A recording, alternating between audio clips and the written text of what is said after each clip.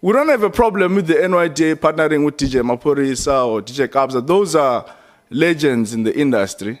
And we do also believe that you guys must play a role in the creative arts.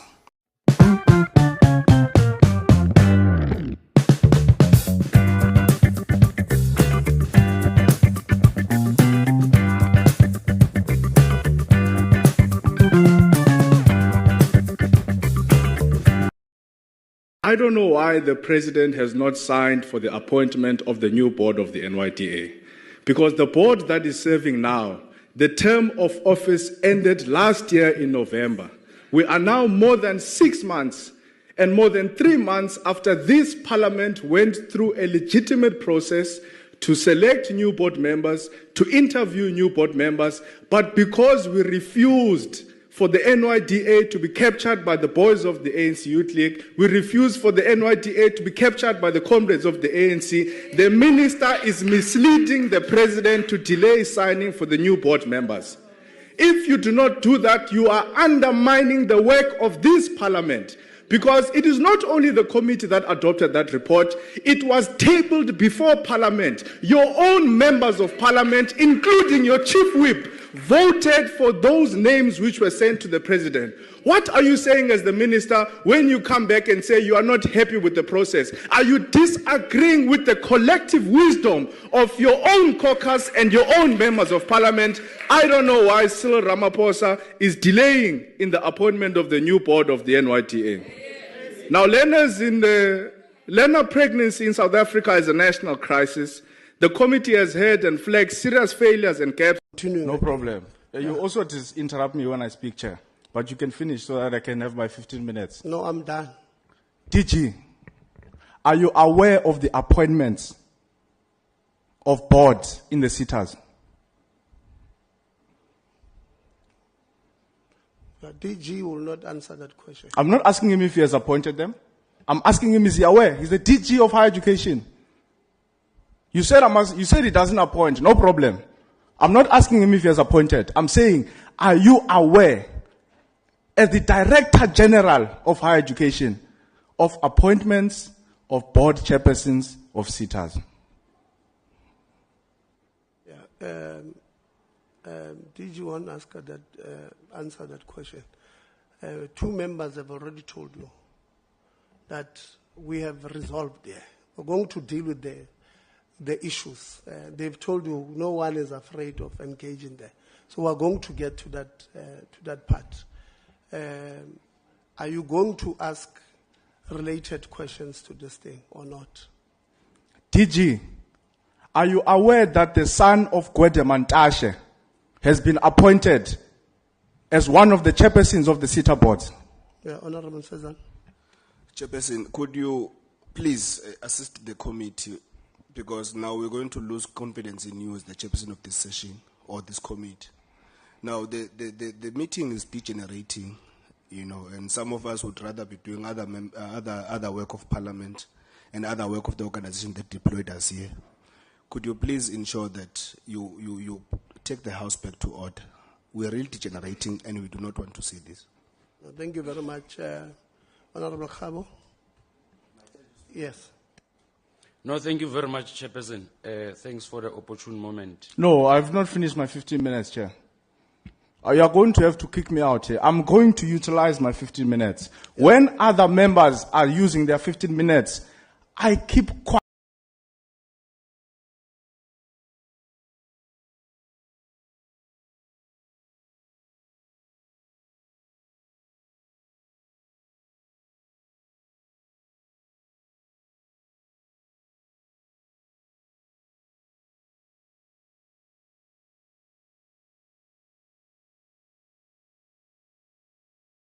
Of Parliament and other work of the organization that deployed us here.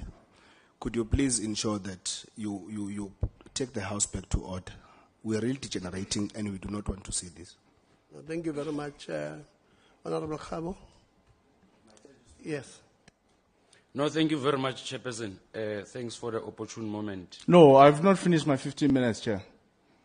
You are going to have to kick me out here. I'm going to utilize my 15 minutes. Yeah. When other members are using their 15 minutes, I keep quiet. Don't disrupt anyone. People were asking questions here to these people. You even come in and say, no, but that's something for the legal. But you don't stop them from asking the question. You are shielding these people. Why? Why can't the DG say it himself? Why must you be the lawyer of the DG? Why must you be the spokesperson of the department? Yeah, I've got 15 minutes. I've asked you to leave I've got our 15 meeting. minutes. No, I've asked you to leave our meeting.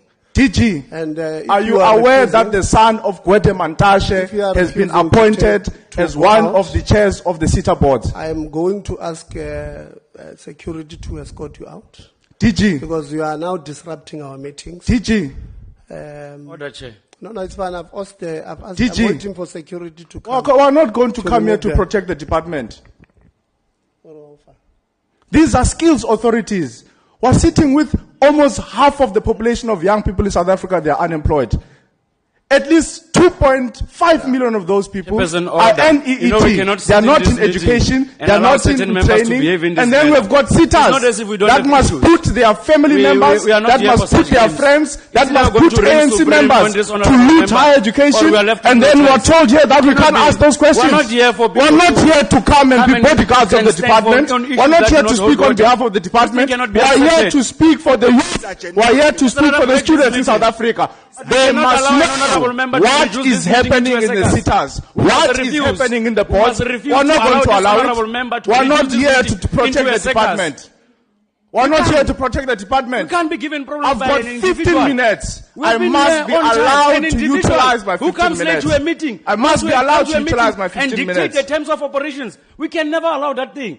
We are also members of this parliament. I will never We're come also here to independent protect the members of department. We are not depending We on the must come department. here and But ask this honorable questions, member and then is these out of people don't order. even He's respond to the engaging on questions. something that is not even Never. on part of the agenda. Won't happen. Why must we continue entertaining it? Won't happen. We're not here for people who are going to come Won't and track happen. for likes on Facebook. It's not going to we'll happen. never accept that behavior and not attitude. going to happen. It's not as if we cannot degenerate to this It's level. not going to happen. We can degenerate to this level. Not- We are both young people. not We going to can take happen. each other head on, toe to toe, No pound to problem. pound. We've got that energy. No as problem. in. You have But your 15 us minutes, I being have my quiet 15 does not minutes. mean that we are You have afraid your of 15 it. minutes, I have my 15 minutes. This honorable member is wasting our You have time. your 15 minutes, I have my 15 Parliamentary minutes. Protection Services. They have called them. I've called for them for some time. But we are saying to you, Chairperson, if you are afraid of Minister, I'll come to your legal because I think you are trying to play with words here. Because it's a very simple question. What is a transparent process? Like I don't think it's something that needs you to go, around. But I'll come back to you, Minister. I'll come back to you on this point. Legal of the head. What is your understanding of a transparent process?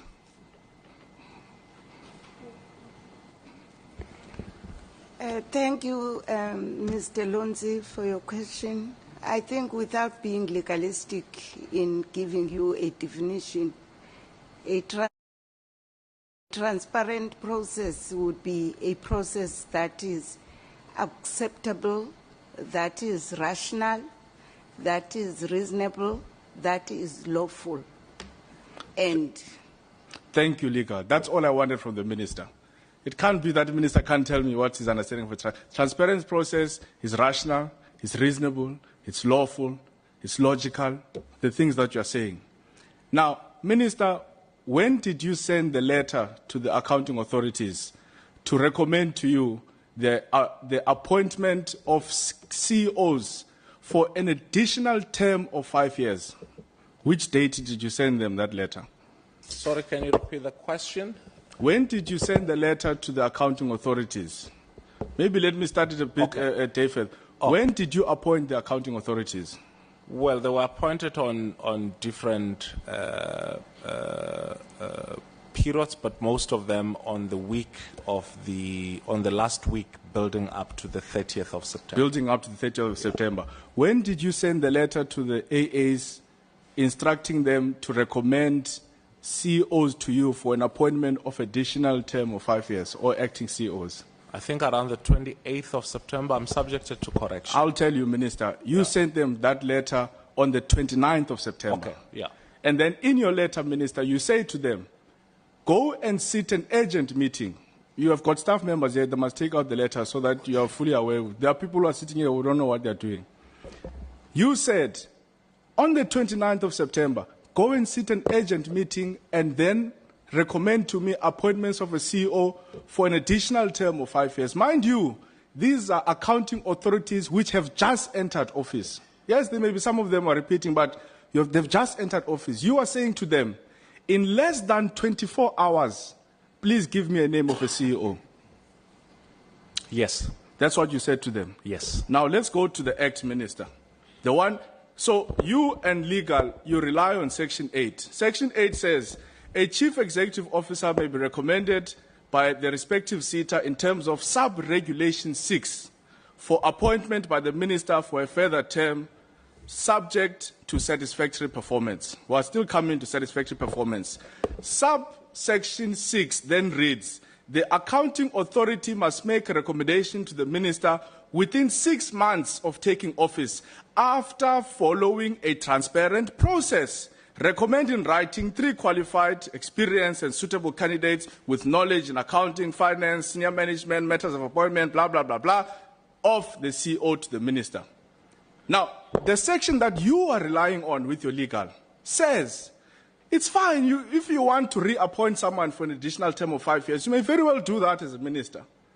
But you must do it in line with sub-regulation 6. What does sub-regulation 6 say? You must follow a transparent process. Now, let me ask you, Minister, what transparent process could they have followed? He's got to read it as it is. If this committee then feels that this act is not worded correctly or this act is not specific on certain over a budget. And obviously, the transparency would have applied because they would have gone through all the processes that they need to go through them. There are no time frames that would have applied in the circumstances because I would imagine that each case has got to be treated according to the facts of the case. Thank you. And we really want to thank every young person in South Africa who would have been following these proceedings. Because the NYDA chair must serve the youth of South Africa. And it's in public interest that the youth of South Africa must understand what is the caliber of leadership that will form part of a board of the NYDA. It's public interest in South Africa to know that these people who are sending to be board candidates, are they ethical individuals? It's public interest. The youth and the people of South Africa need to know, are we dealing with ethical people here who are going to preside over a budget that is close to 1 billion rand annually? The people of South Africa need to know if there is a whistleblower or if there are allegations against the falsification of qualifications of particular candidates. It's not interrogation. It's public interest. The people of South Africa, it's a people's parliament. There's a reason why these proceedings are live. Otherwise, we're supposed to meet in a corner somewhere in some restaurant and have a discussion amongst ourselves, and then that's it.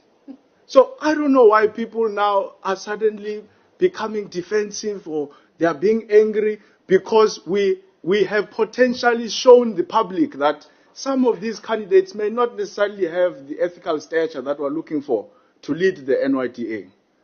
It was not a fight. It was a question to say, can we trust these people with the public purse? And we had to take each and every candidate through that particular process. Now, I am happy because I listened very attentively to the presentation of Dr. Tembe. Dr. Tembe, the first thing he did, he agreed with the point that I raised last week to say the act is saying someone must be 35 by the time of appointment. And even last week, if you remember, Chair, people became extremely defensive. And I'm saying, this is what the act is saying. I agree with what the honorable member is saying previously, but I also think it's being unfair on Dr. Tembe. Dr. Tembe can't rewrite how the act writes certain sentences or how it words certain things. He's got to read it as it is. If this committee then feels that this act is not worded correctly or this act is not specific on certain issues, then this committee is empowered by Parliament to go into a process of an amendment of a particular act. It's what has happened in many other committees. This committee has done that before. And we will do that. So I'm happy that Dr. Tembe says, in as far as the act is concerned, this process was very seamless. I'm happy that Dr. Tembe doesn't make mention of the frivolous claims of Popia, which are coming. I'm very happy he didn't talk about that. That's why I won't even entertain the letter that you got, Chair. I think if people have money to waste in the courts of South Africa, they can go and do that. So I'm happy he didn't mention any of that, because in as far as the Popia Act is concerned, if people really understand the Popia Act, this committee did everything possible to protect the information of candidates. We hid their ID numbers. We hid certain parts in the CVs, certain things. That's why we had a special file that we couldn't leave and we couldn't go out with it. So everything that we did was in line with the Popia Act. Now, if people are just going to come and make such claims and write to you unnecessary letters, Chair, let them do that. We'll meet in court. But we are happy if we have demonstrated to the people of South Africa that we've scrutinized these candidates to the fullest ability.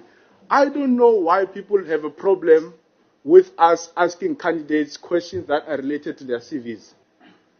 Because these CVs were not the ones who wrote them. The candidates are the ones who wrote CVs and submitted the CVs to Parliament. So how can a member of Parliament then say, you are not supposed to ask a candidate about their CV? But they wrote this thing to us. Okay, thank you, Honourable Lonzi. No, I must make this point, Chair, because you've allowed other members to speak. They've mentioned our names, and you didn't want us to disrupt you when they were speaking. So we have to respond to those things, because it's going to create a very wrong impression to the public. So I don't know why people will say you can't ask about a CV. If someone comes here and says, I've got 10 years experience. Now, as members of Parliament at this level, we must just accept that this person has 10 years experience because they wrote it on their CV that they have 10 years experience. We ought to ask them to say, but my man, how do you have 10 years experience? Because this contradicts another aspect in your particular CV. By the way, Chair, we even got to reveal something, leave the other investigations and the whistleblowers. Through that scrutinization of the CV, the candidate admits and says there was a typo. Okay, but that is something that we've managed to achieve. Now, if we're going to listen to what the fellow members of Parliament are saying, that we were not supposed to scrutinize, it means this Parliament was going to run with the impression that that candidate graduated in 2011, when by his own admission he's saying, I graduated in 2021. So why would someone have a problem with that particular revelation unless you are hiding something from the people of South Africa? So we are not part of any agenda that seeks to hide anything from the people of South Africa. If there are candidates who potentially committed a crime, who falsified the CV, who cheated Parliament, who lied to Parliament, who submitted false qualifications to other departments and municipalities in South Africa, we must be able to expose it here in Parliament, not behind closed doors, not anywhere else in Parliament. And if people want to defend criminals, if people want to defend criminality because it's the political party position they were given before they come to this committee, then they will be charged for that. But we must be able to say to the people of South Africa, even when certain members of Parliament wanted to defend a crime, we stood alone even though we stood on our own. It's fine. History will absolve us, because very soon investigations are going to take place, certain revelations are going to be made. The people of South Africa must ask, when this question came before Parliament, which side were you standing on? Were you defending this or were you exposing it to the people? So we're not shaken by people who are insecure about their candidates and all of those things. Chair, we're very happy with this list. We're very happy with the manner in which you've run this process. We think that it was fair. We think that we got the best possible young people who are ethical, who are honest, who are qualified. There's a nice mix. I'm happy to see LGBTQI, because I think I raised it in the last week that the last board didn't have. So I'm happy to have that representation. I'm happy that we've got disabled youth to ensure that their issues are at the center. I'm also very happy with the gender parity, the gender balance on this particular list of 9 names. The only thing I would have raised, Chair, and maybe you'll clarify it for me, I don't know why we don't write the scores next to them, because we scored these people. And I think, again, it's this culture of hiding things that don't need to be hidden to the people of South Africa. Because we scored these candidates one by one. So why are we hiding that, no, this candidate got 50 and this got what? No, I'm saying you'll clarify it for me, but I must mention it because the people of South Africa know that we have scored these candidates, but we're hiding their scores. The same way we wanted to hide that people falsified their CV, want to hide that someone graduated in 2021, you want to hide that someone has a typo in the CV. I don't understand this. Okay, thank you, This must be a transparent process. So please try to clarify. I believe that the people of South Africa know that we scored these people, and we must be able to put their scores there. And that will be the truest report to Parliament. Because when you give President Cyril Ramaphosa and Parliament, you must be able to say, this is what we have scored these people. Because now, it just creates an impression that we just got a list of names from nowhere and we don't know where we got them. And then the last point I want to make, Chair, I know people are getting touched because they were sent to come and defend wrong things.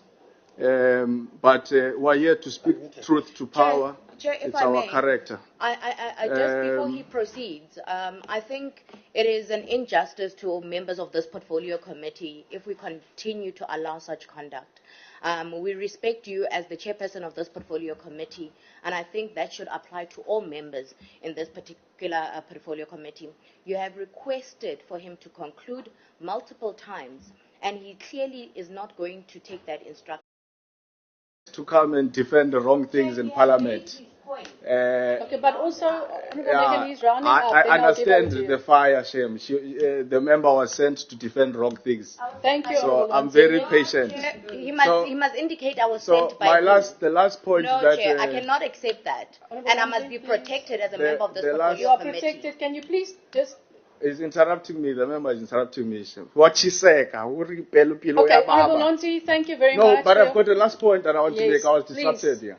Please round up. Chair, I'm saying the whistleblower evidence that you have received, I believe that that must be made available to all members of Parliament because it's a very important information.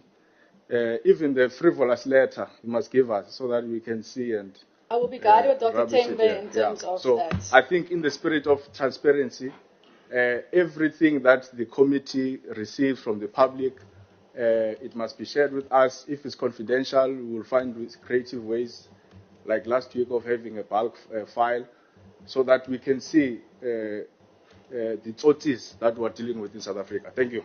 Honorable Mabel, over to you. We don't have a problem with the NYDA partnering with DJ Maporisa or DJ Kabza. Those are legends in the industry. And we do also believe that you guys must play a role in the creative arts.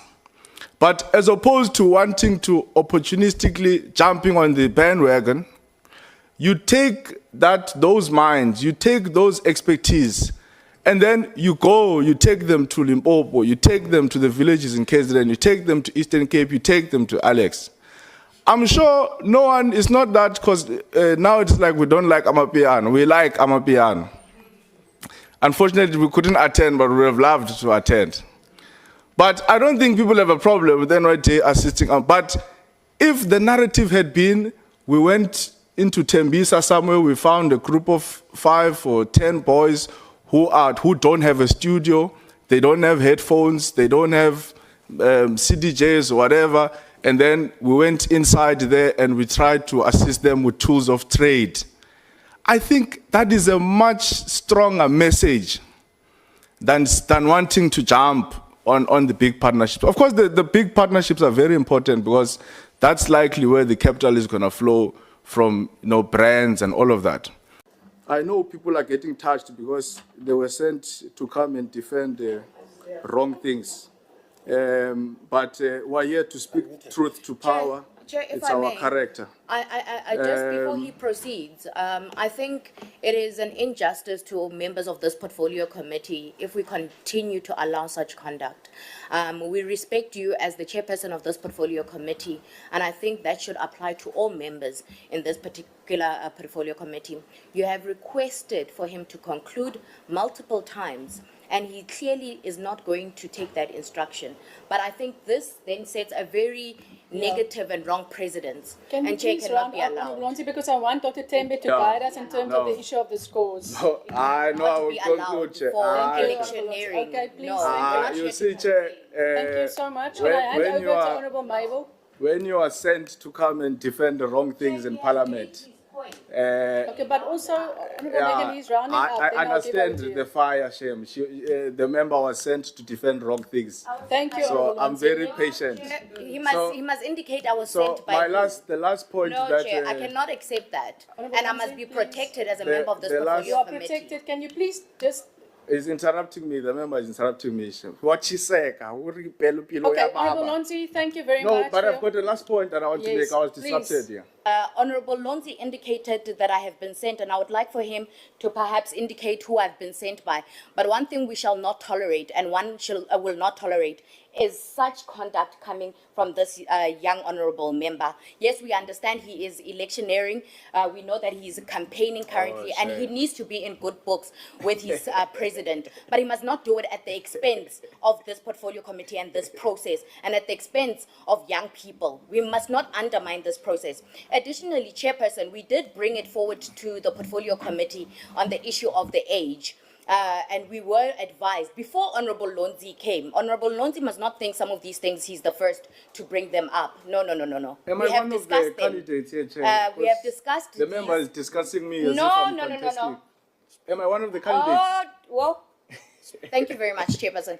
Once again, Chairperson, my name is Sihle Lonzi, member of the Portfolio Committee deployed by the Economic Freedom Fighters. I'm only repeating because I think Mr. Swello said Lozi, so just trying to assist him to not forget. Thank you very much, Chair. I've got a very quick question, and then I think that will be it for me for the day.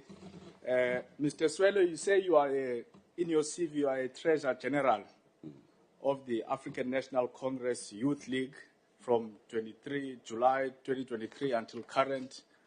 But where I'm going is that in 2016 until 2023, again in your CV, you say you were a senior researcher at Mbombela Municipality, Nelspruit in South Africa. Now, it would have made sense to me if you had completed your diploma in 2011, but you have since clarified it to us that you in fact completed it in 2021. So it means you would have been a senior researcher for 5 years without a post-matric qualification. My question to you is, if we were to appoint you, recommend you, and the President were to appoint you to lead the NYDA, would you appoint or employ someone without a post-matric qualification to be a senior researcher in any process or department within the National Youth Development Agency? Because you were a senior researcher and earned a senior researcher salary for 5 years without a post-matric qualification. Thank you. Thank you very much for that question.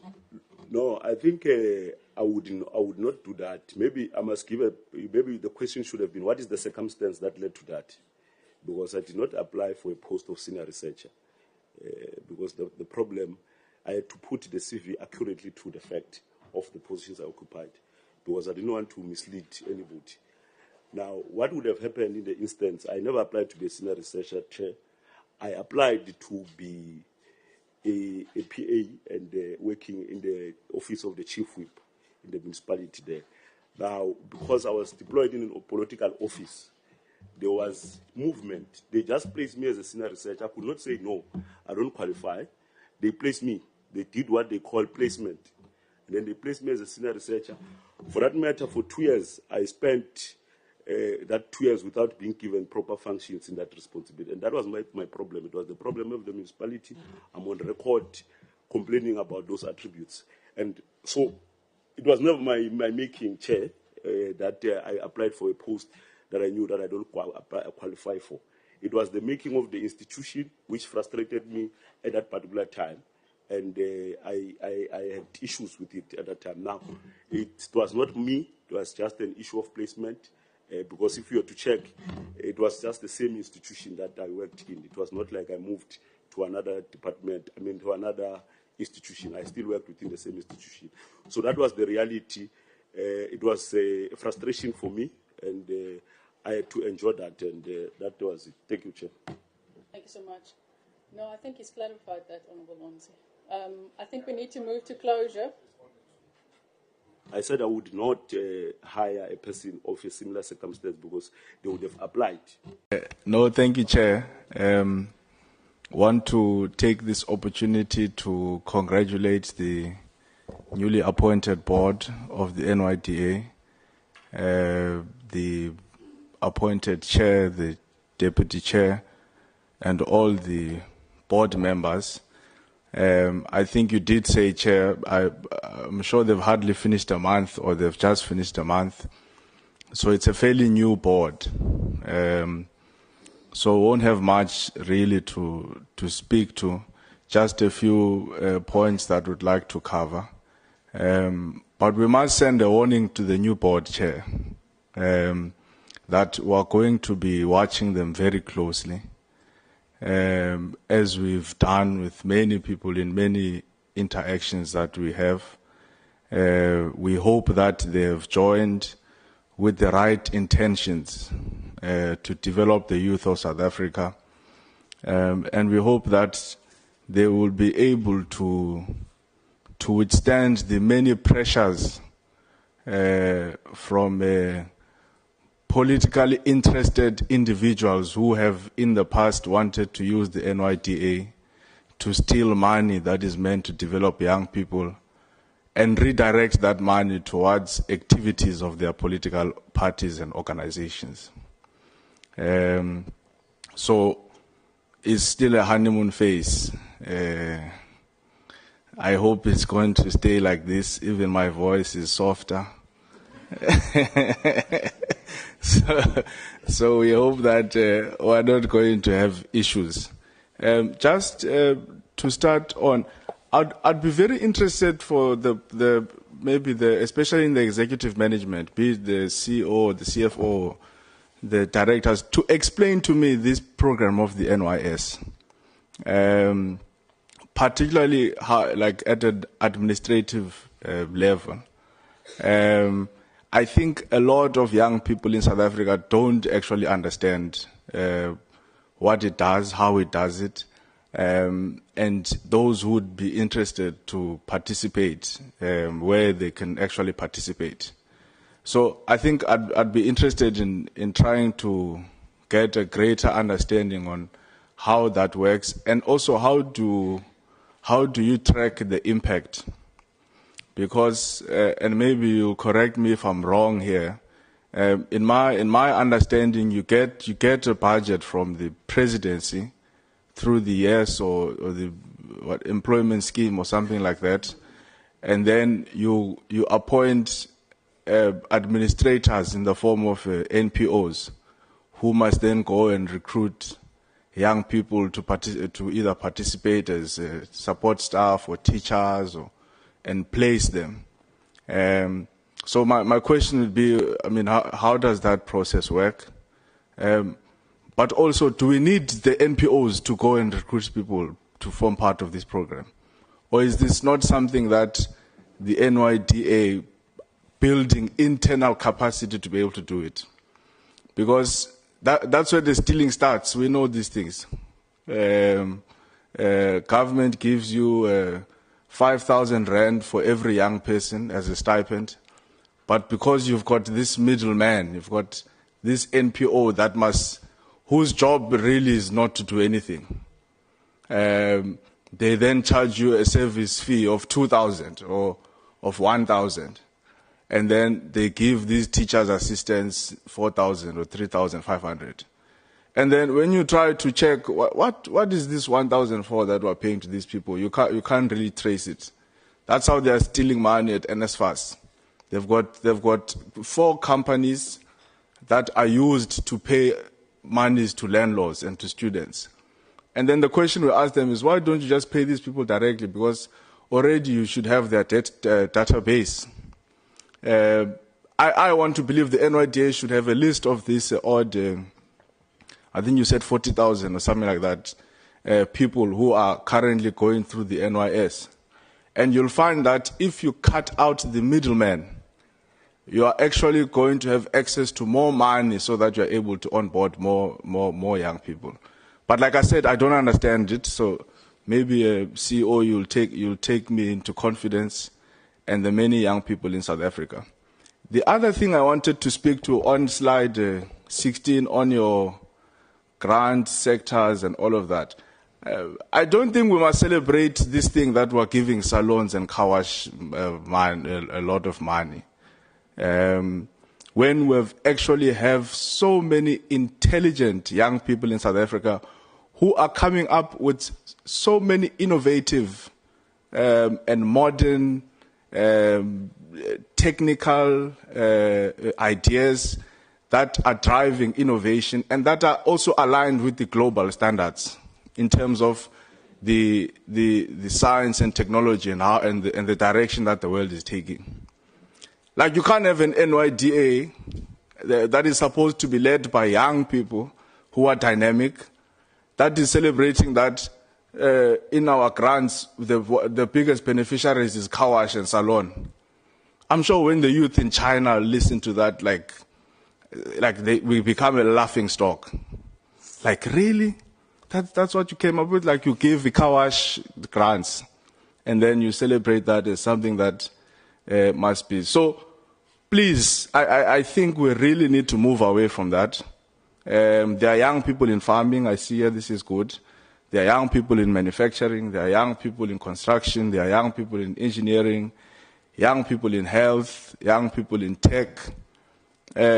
Let's try to move away from that archaic way of doing things, which, by the way, is also another way of stealing, because half of these car washes that are receiving money from the NYDA are either non-operational.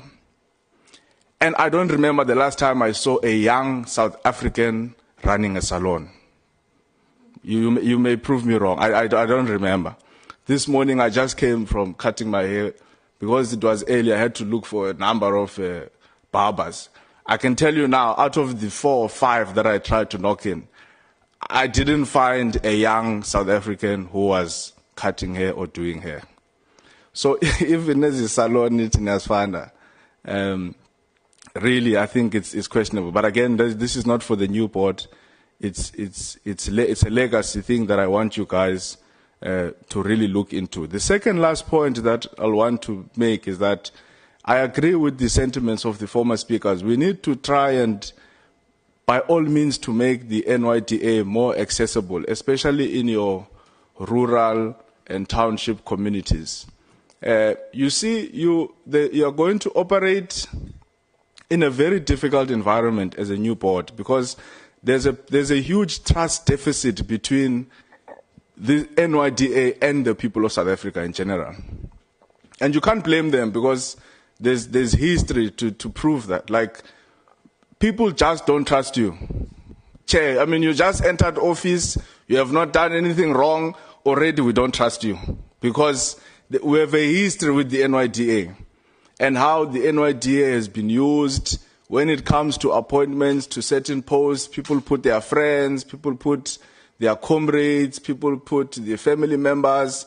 So you must appreciate that you then have to work extra hard, not just to democratize it and be seen to be opening up, but you must be seen to be doing it as well.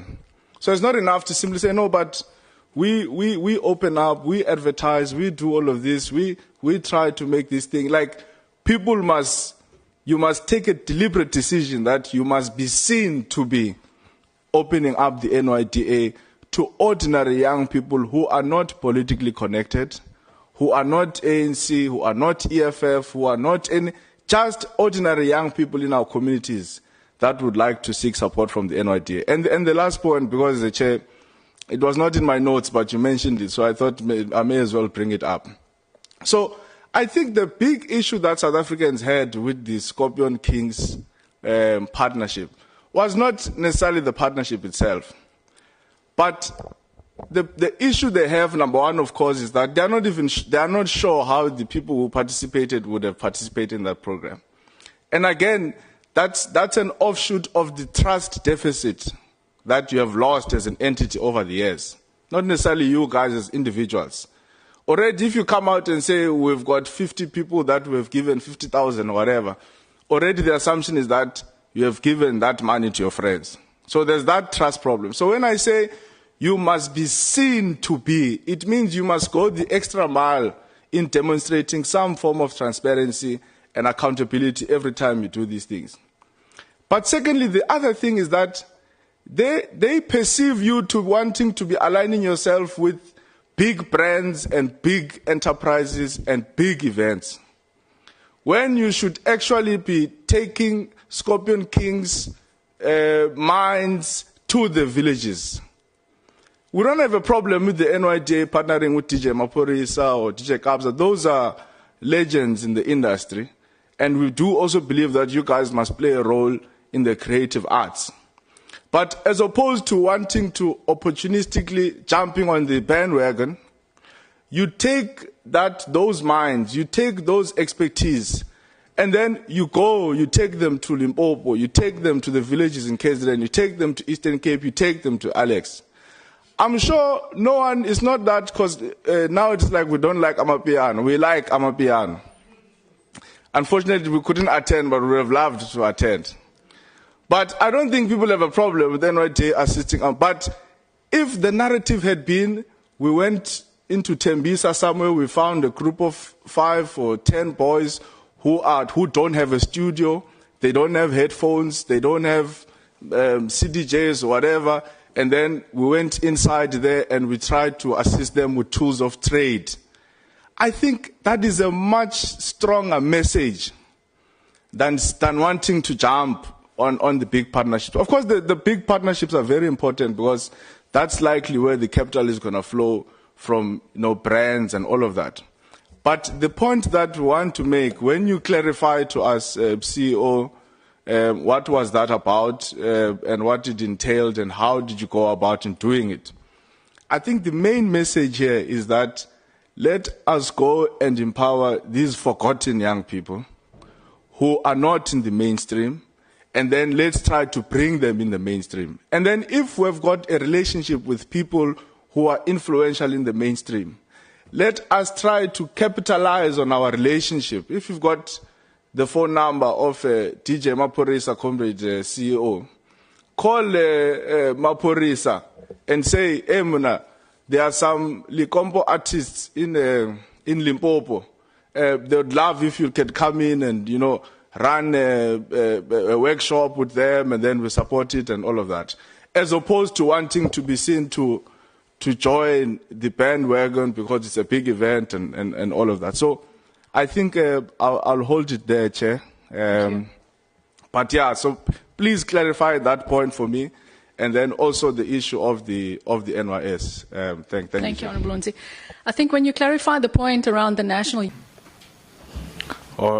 Okay. No, thank you, Chair. And also thank you to the officials of the SIU for that very thorough and to-the-point presentation. I think, Chair, before I ask the questions, the point I want to make is it's, as people who interact with a lot of students across the country, it's very painful to hear that there are dead people who are receiving NSFAS allowances, people who are not studying, people who don't even belong to those institutions. Yet you get students who are sleeping outside at CPUT, you get students who are not funded. So yeah, I was taken aback by that. I think there must be a certain level of humanity that some of these public officials must have, both in government and even some of these businesses who are doing business with the state. But anyway, I want to find out from the SIU. So do you, when you investigate, you look for prima facie evidence, or what exactly is the scope of your investigation? I'll just go through all of these questions very quickly. I noted some of them yesterday. And then when you hand over, how do you decide whether or not you're going to make something a civil referral or criminal case? I believe you make a distinction between the two. And then what is the scope and of your special tribunal? Can you open a case to the South African Police Services? Can someone from the committee or any member, because I know you also work through proclamations, which I believe come from the state president, but I wonder if, because I heard you speak about whistleblowers a lot, I wonder if civilians, or if not civilians, at least members of this committee or members, public officials somewhere can approach the SIU to look at criminality in one or two public institutions. Can someone use your, I hope you are noting these down, I'm just rushing through my bullet points to save time. Can someone use the outcomes of your investigation to open a case with the South African Police Services? Because I believe sometimes, and I think the honorable member who spoke before me made the point that you can be overwhelmed by the many cases of corruption in the country, that sometimes you'll investigate, you'll come up with findings, then maybe you give to the NPA and there's not much that happens. Can someone pick that case up because you know you are dealing with other things? And then what happens when you don't get feedback from the NPA? Does the case just die there, or is there another measure that you can take or we can take to help strengthen the work of the SIU? And then on page 33 on sellbacks, you spoke about that you cannot find out if the money was used correctly. Can you please go deeper into that? What exactly do you mean by that? And then you spoke about some officials in the Department of Higher Education and Training who are doing business with the National Student Financial Aid Scheme. I'd imagine that should be a quick investigation. I could be naive. Please help me to understand that, because I think you'd find out the company, look at the directors or something like that. I don't know, but please explain further on that. Chair, I think you dealt with the issue of interest very well, so I won't speak about that. And then when you say for the PCETA that there were 16 applications and only 20, but rather 20 of them were captured, what does that mean exactly? Are those ghost applications? Because I think you make a comment there that it could be an error, but what type of an error is that? I mean, if there are 16 applications, then I've got 16 applications here, and I capture 20 of them. I don't understand how that can be an error. So can you please explain further, what exactly do you mean by that, and that you cannot trace them? And then when you say you've got students who have received allowances or have received monies from the NSF, the CETAs and whatever, but you can't reach them, can you also please explain what you mean by that? Is it that they exist and you have been trying to find them, you can't reach them by call or cell phone? Or when you say you can't trace them, do you mean even the ID numbers, you are not sure if such students even exist? So I think those are the questions I had, and I tried to rush through them quickly so that I can give other members an opportunity to ask. So I hope you managed to capture all of them. Thank you, Chair. No, thank you very much. Maybe on the last one of the PCETA. On the closeout, but we had a recent engagement with the administrator at NSFAS, and we also highlighted the fact of the importance of the closeout, and what they have recently done. I think they've recently gotten a CFO that should help somewhat in terms of when you escalate such matters. Hopefully, if it's somebody that you're speaking the same language, it will help address those concerns. But in relation to the data, we find that the challenge is more in relation to the reconciliation on the TVET side. The universities, there is some form of data that we can reliably get and do our calculations on. That's why you'd see most of the collections there are from the universities. So we said let's take a two-pronged approach to say, in terms of materiality of the figures, who would make the most impact. Let's address those. But in the same instance, what we are doing is we are engaging with the TVETs to say this is what we are looking for, and this is the format that we are looking for it in. Whilst we are busy on the one side, we require you to prepare on the other side, and we keep on checking on them to say whatever we are requesting, are you getting it, and are you getting it in the right format that we want? That's why I highlighted earlier that you'd find that there are inconsistencies, because what you get from NSFAS is what you would build your financial statements on. Therefore, there should be a follow-through in that regard. But then you'd find that somewhere there is a gap where you say, yes, you got the money, you used the certain information to prepare your financials. We're not asking you to give us new information. We're saying, what information did you use to prepare your financials? On your financials, you are saying you had 2,000 students that were funded by NSFAS. NSFAS gave you R1 for the students. Give us supporting documents for that 2,000 rand. It's a very simple, not complex reconciliation from different ways of looking at it. And we find it very difficult to even reconcile from that perspective, especially for the TVETs. But we are getting good progress on the universities, and we are going to prioritize 2017 to 2021. There are even those that have said because we have worked with SIU for 2017 2021, let's put in 2022. Because now we have a methodology going, they are comfortable to put in 2022.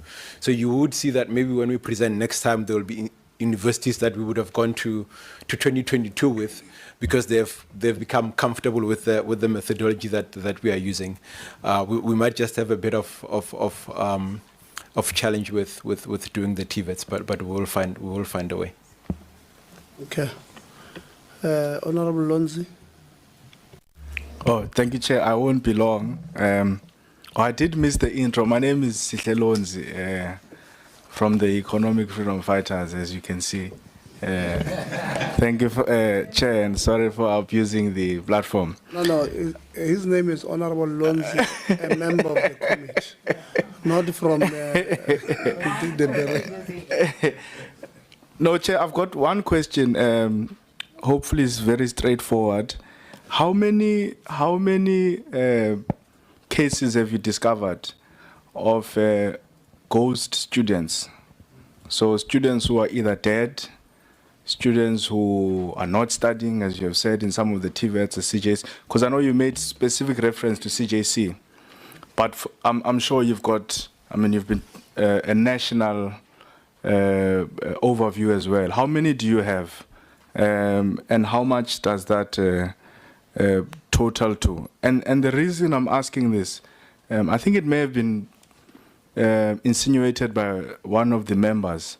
You know, it's good that you are doing a good job in recovering the money and giving it back to NSFAS, and I think we must commend you for that. And your proposals in having an NSFAS account that will also deal with the interest aspect of it. But there's also a social cost to this. Because if, for example, I know you mentioned here, take Wits University. You take 400 million back from Wits University to give back to NSFAS. All good and well, we're happy, we've recovered 400 million. But that means there are 400 million worth of students who were supposed to receive funding from NSFAS. Those students have dropped out, they've gone back home, they are sleeping outside.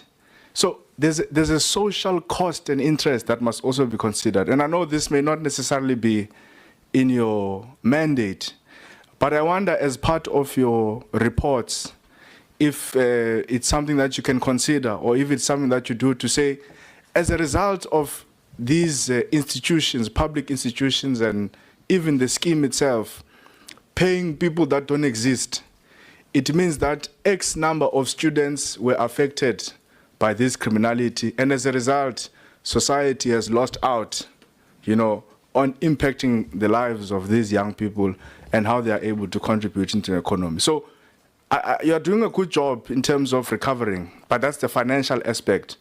But there's also a social and societal aspect that I think we don't speak enough about. So I think those are my questions. How many, what is the round amount? And maybe give me your comments on the social cost of what does it mean when WITS gives you back 400 million when there are students who are supposed to be funded by WITS University. Thank you. Thank you very much, Honourable Chair. Chairperson, I've noted the concerns that have been raised. And I must say, I'm sorry that I can't speak on the capacity within the TVET colleges. But I know that there was a point where, some time back, the TVET colleges had chartered accountants, for an example. But that was done through a program that was done with SAICA. Unfortunately, the state could not maintain those chartered accountants because of the salary scale of CAs. And their function was that of chief financial officers within the organization. There was also within the same project training that was done by SAICA in terms of the personnel in the finance unit. So it was not just limited to your chief financial officer, because the finance unit has got quite extensive personnel in terms of the functions. And it's very critical that you don't concentrate the capabilities within the chief financial officer only, but also with that support team that supports the chief financial officer. That project subsequently came to an end. Perhaps, Chairperson, a question that could also arise is, if you're entrusting so much money within the institutions, particularly TVETs, and you are entrusting those funds to a chief financial officer who is at the level of a deputy director, is that a wise decision to make? I'm talking government holistically. There's a bigger question that needs to be asked. Because if you look at universities, they've got the freedom to appoint and have salary scales that are commensurate with the level and the function, the responsibility, and of course the quantum that that person has responsibility over. In all 50 TVET colleges, you can't go above a deputy director level. That's just for the chief financial officer. And then that deputy director, in terms of all the other financial functions within the TVET college, is assistant directors downwards. If you look at the salary scale between a deputy director and an assistant director, it is quite huge.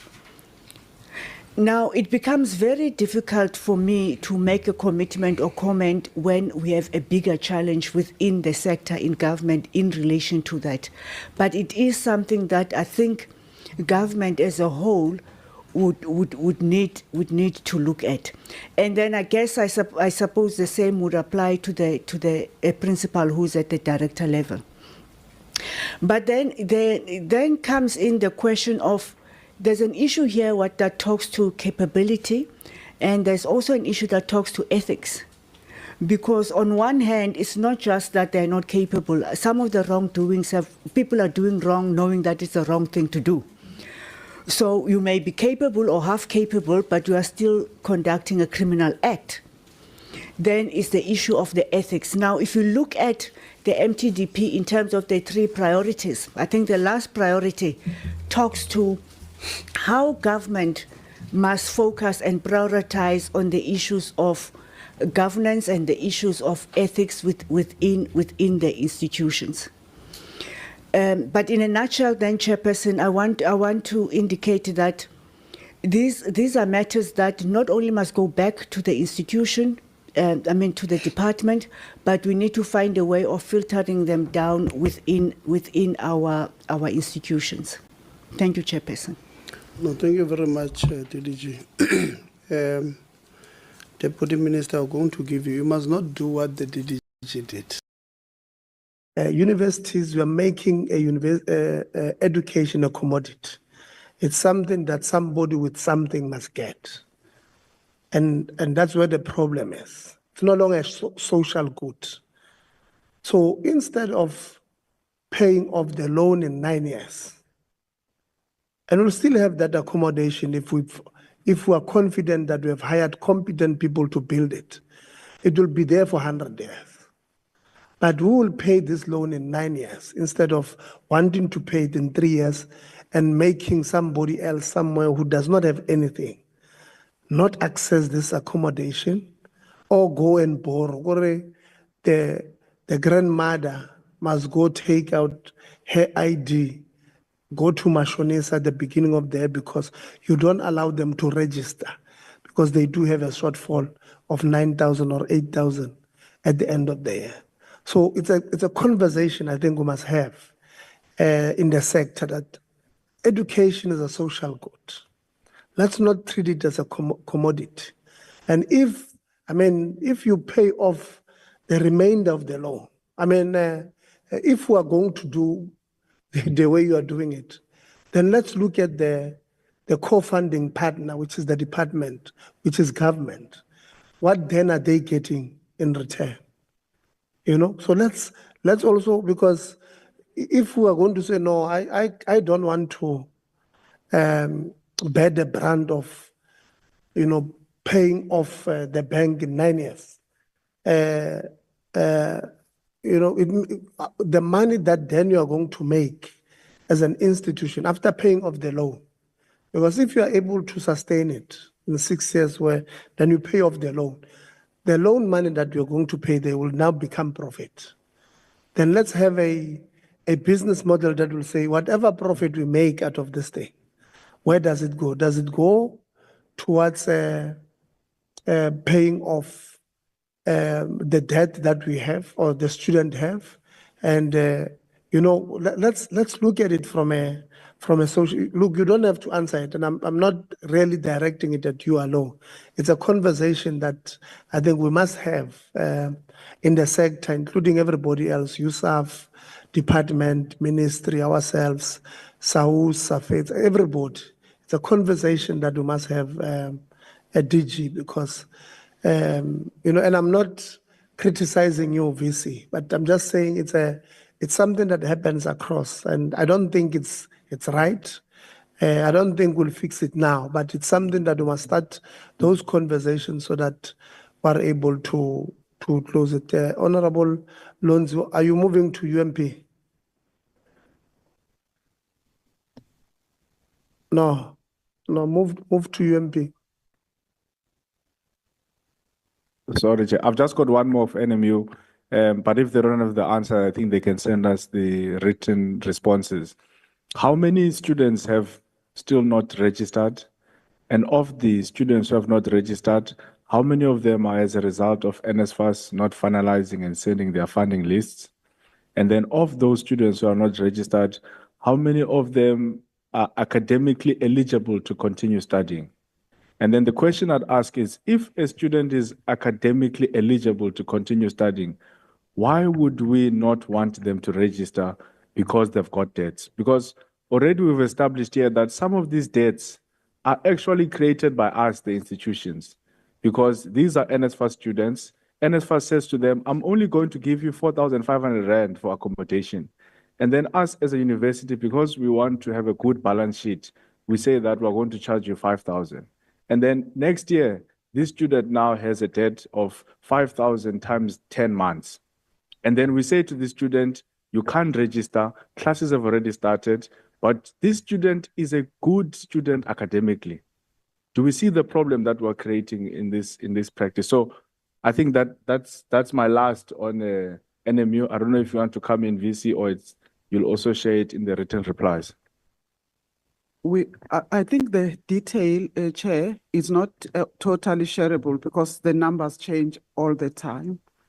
However, we have the concession system that we talked about, where students that have debt within certain parameters are allowed to register against that debt, and then so that they do not have to put down payment first before they start attending classes.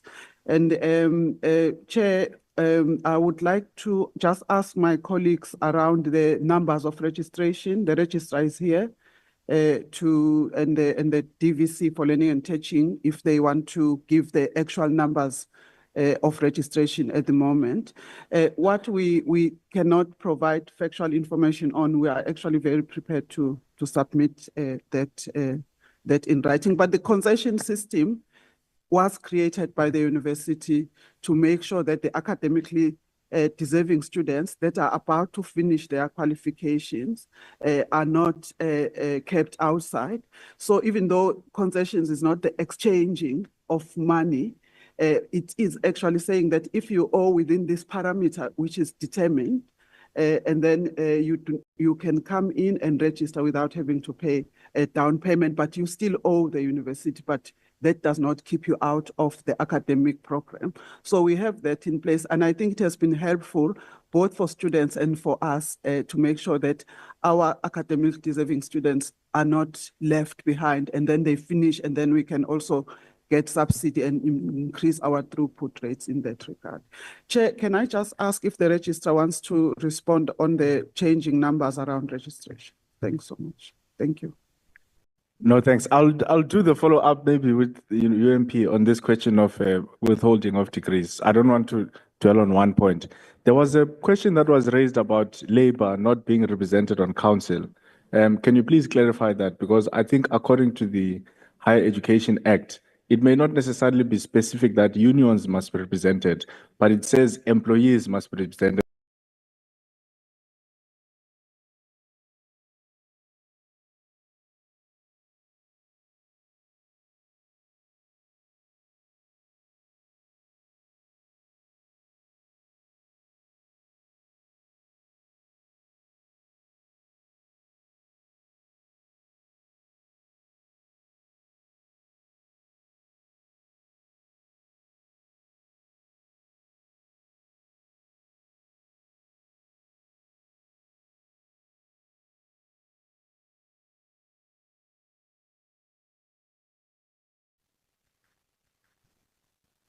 Second last question, sorry, Chair. I believe the Nelson Mandela University benefited a lot from the infrastructure grant from government, especially when it came to building some of your buildings and student accommodation. Now, I've got a question. Have you got student accommodation that charges higher than the National Student Financial Aid Scheme cap? And if that is the case, why would government support you to build student accommodation and then you still charge beyond what NSFAS is able to pay for in that particular student accommodation? I'm interested in the reasoning behind that, because if maybe you are talking private, and we also problematize the private accommodation providers, by the way, but now I'm interested at the university private accommodation providers, by the way.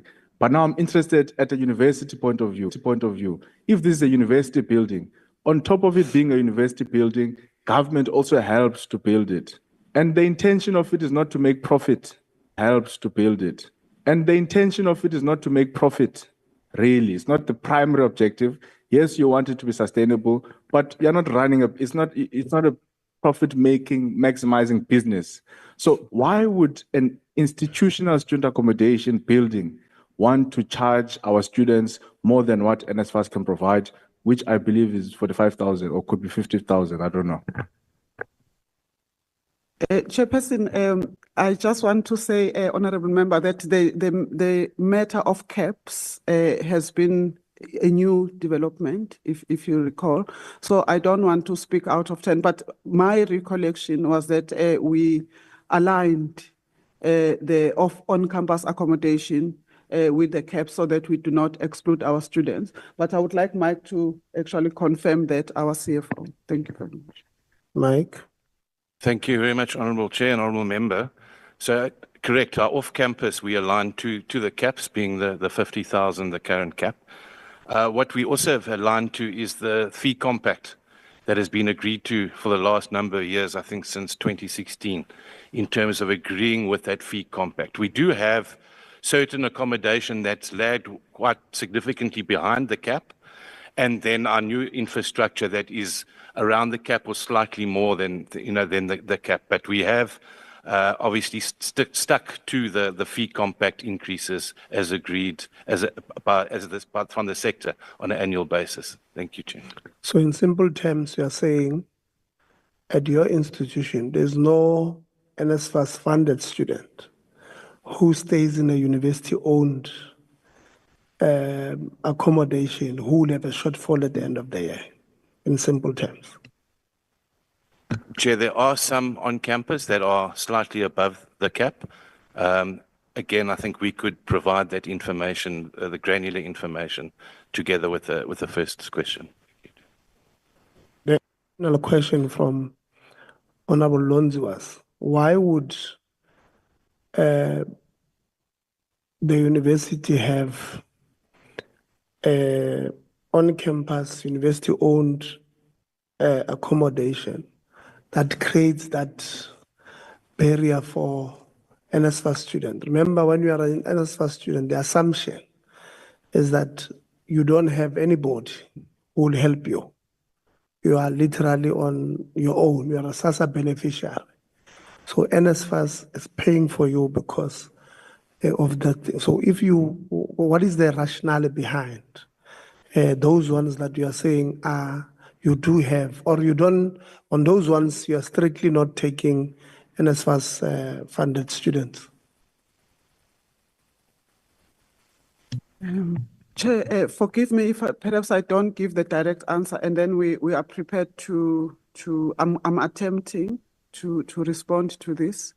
If we're not giving the full answer, we will provide the facts soon.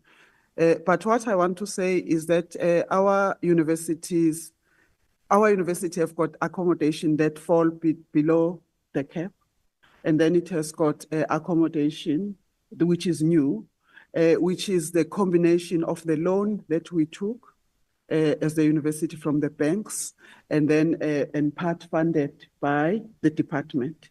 So what we charge per room for those that were paying the loan off, we obviously need to cover, because accommodation is not part of the mainline budget of the university. Student accommodation has to fund itself. So everyone that is employed in student housing, we need to match their salaries and operations against what student accommodation make. That has been the model of the university.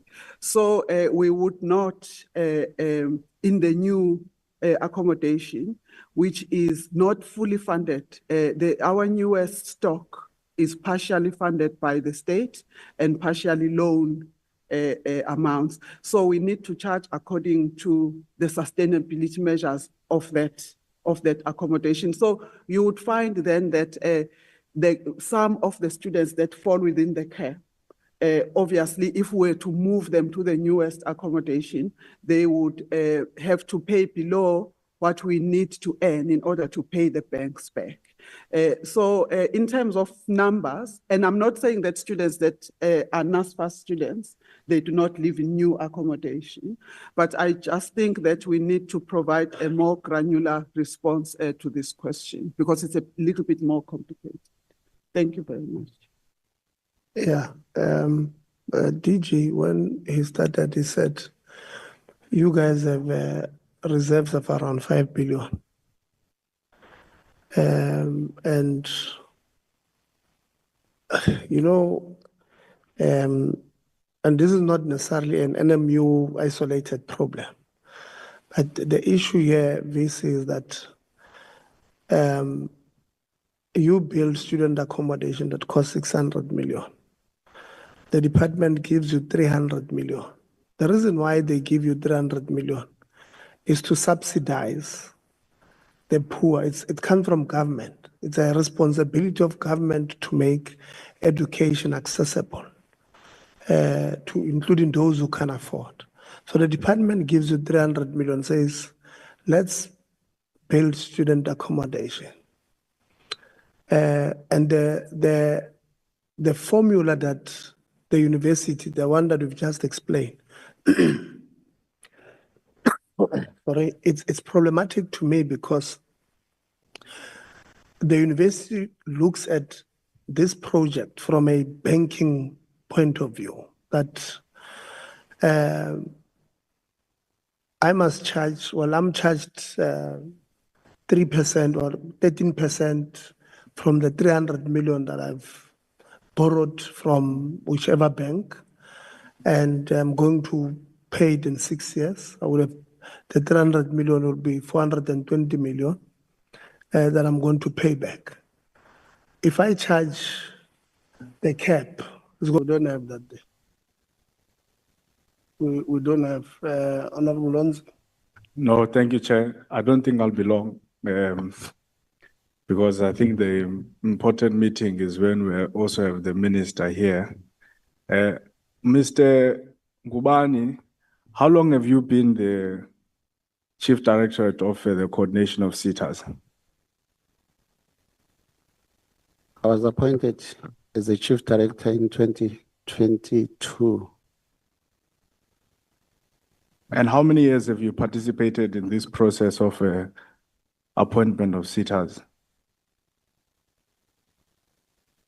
Since 2011, when I joined the department. So how many SETAs would you say you've contributed in appointing? Maybe 4 or 5? All of them. Have you ever been sent an appointment letter for you to participate in this process? No, I've never been sent the appointment letter. The reason this time around I was sent the appointment letter, I think it was... No, don't tell me the reasons. I've got little time, with respect, sorry. No. So you when you were giving us your account, you said you didn't find anything peculiar with the process. Is that true? I said I didn't find anything peculiar with regards to me executing my normal administrative duties and providing technical advice in the process. Did you find it peculiar that since 2011 you've been involved in this process of SETAs? You were then appointed in 2022 to be the Chief Director of the SETAs. And you've been doing this process. I mean, you explained it to us. You screen, you get names, you send to the minister, you do all of that. And then in 2025 or 2024, you get a letter appointing you to do a process that you've been doing since 2011. Did you find it peculiar that you received that letter? Let me explain, Honorable Member, that I was asked the question as to what became different with the current process. What is different? No, that's sorry to cut you again. That's a question of Honorable Karab. I'm not asking you about what is different with this process. I'm saying to you, because you said there was nothing peculiar about this letter because this is the work that I've been doing anyways. And you're quite correct because you have been doing this work since 2011. You did it so well that you were even given a position in 2022 as the Chief Director of the Coordination of SETAs. It's your job to gazette, to take out the invite, to even speak to the printers in Parliament, to take names and submit the names to the minister. That's your job. You said there's nothing peculiar. But I ask you again, since 2011 and even in 2022 up until now, you have never received a letter appointing you to be a chair or to be a member of this particular process. Do you find that to be peculiar? Honorable Member, let me indicate that there was no panel, all these other terms of the previous boards when they were appointed. That is what I raised. Maybe, sorry, Chair, my question is not being answered, but let me try a different angle. The former Minister of Higher Education, Minister Blade Nzimande, have you ever worked under him in the process of SETAs? Yes. Has he ever sent you a letter to appoint you to be a chair or anything of a SETA? No. How did he usually appoint chairs of SETAs? The process that I articulated, in which after the capturing of the nominations, and they are submitted to him for consideration. He is empowered by Section 11 of the Skills Development Act to apply his mind. So before this, you would go, you'd gazette, you'd send out the invites, you do the screening, you do all of that, and then you go to say, Minister Blades-Mande, here are 100 people that I think meet the most basic requirements. And then he'll just be sitting somewhere in his office or in his house and say, out of these 100 people, I'm just going to choose 21 arbitrarily. Is that what happens?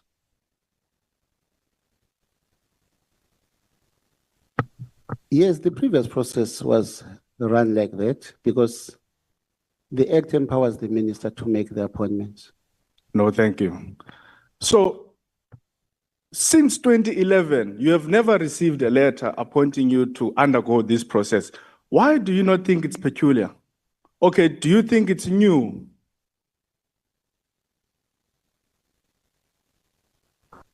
Can you repeat the question, ma'am? I'm trying, maybe my problem is that perhaps it's the word peculiar that me and you are not finding each other on.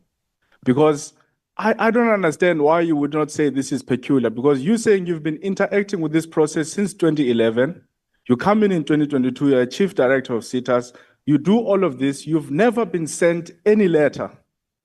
Yet you're saying it's not peculiar. So I'm saying perhaps the problem is English.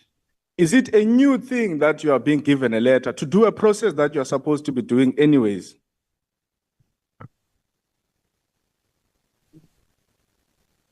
It is not peculiar to expect. No, I've moved away from the word peculiar because I can see that you and I are not going to find each other on. Is it new? It's different. It's never been done before. There's never been any appointment of the panel. Hence, I was not appointed as a panel member before. No, I'm saying the letter. You receiving the letter. Yes, it's never happened before. Never. So typically when you send the names, this is my last question because I don't have time. When you send the names to the minister, do you Blades-Mande, you follow up on when are these people going to be appointed, or you just wait for them to conclude the process and then they appoint? No, I don't follow up. So when you were sent a letter saying we're going to have some meetings to undergo this particular process, which you usually do, did you follow up to say, Minister, you sent me a letter that I'm being appointed to this panel to do these CITA things, which is my work anyways. But 2 weeks have passed, 3 weeks have passed, 4 weeks have passed. No one is calling me about a meeting. And I'm the chief director of CITAS. I've been sent a letter here. I can see people are saying meetings are taking place. You're not worried maybe when 4 or 5 people are entering a room, hey, perhaps that's the meeting of the CITAS that I should have been participating in. Were you not concerned at any point that you were not part of those meetings or whether or not those meetings were happening?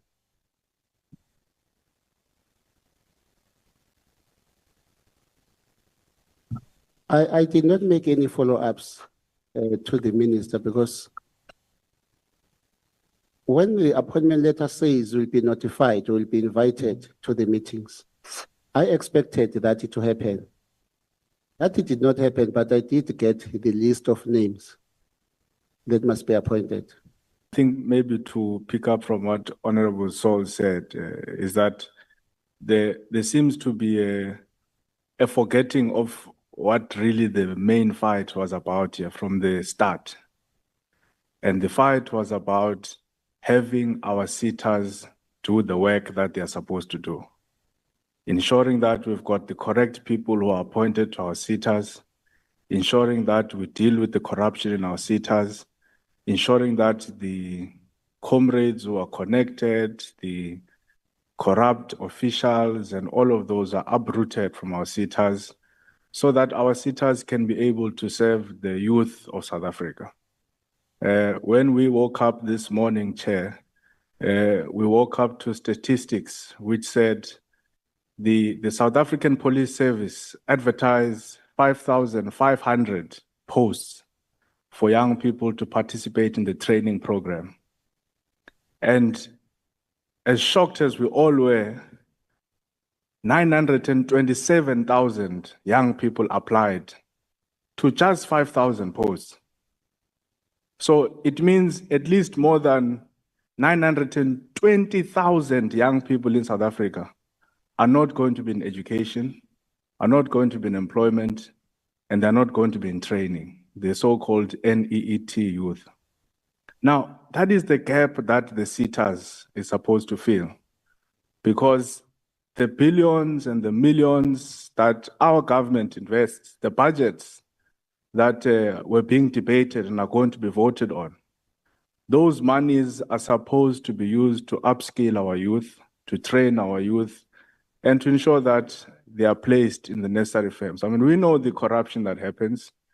For example, if we look at what happens in the construction SETAs, we see how big business is able to take budgets, not necessarily to train young people, but to cut production costs.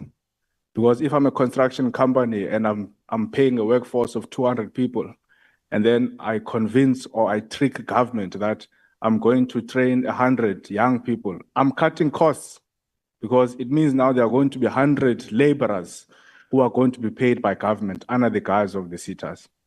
So that is the main cause here. But of course, on the way, we then reach this major stumbling block of a department that is unwilling to take accountability and a ministry that is unwilling to take accountability of that particular work. So I just wanted to remind us, Chair, of where really this fight is coming from. But as I said, I won't be long. On the DG, I think, Chair, the DG must be called to come and explain why he would send out an email cancelling our meeting, because it's a meeting of parliament.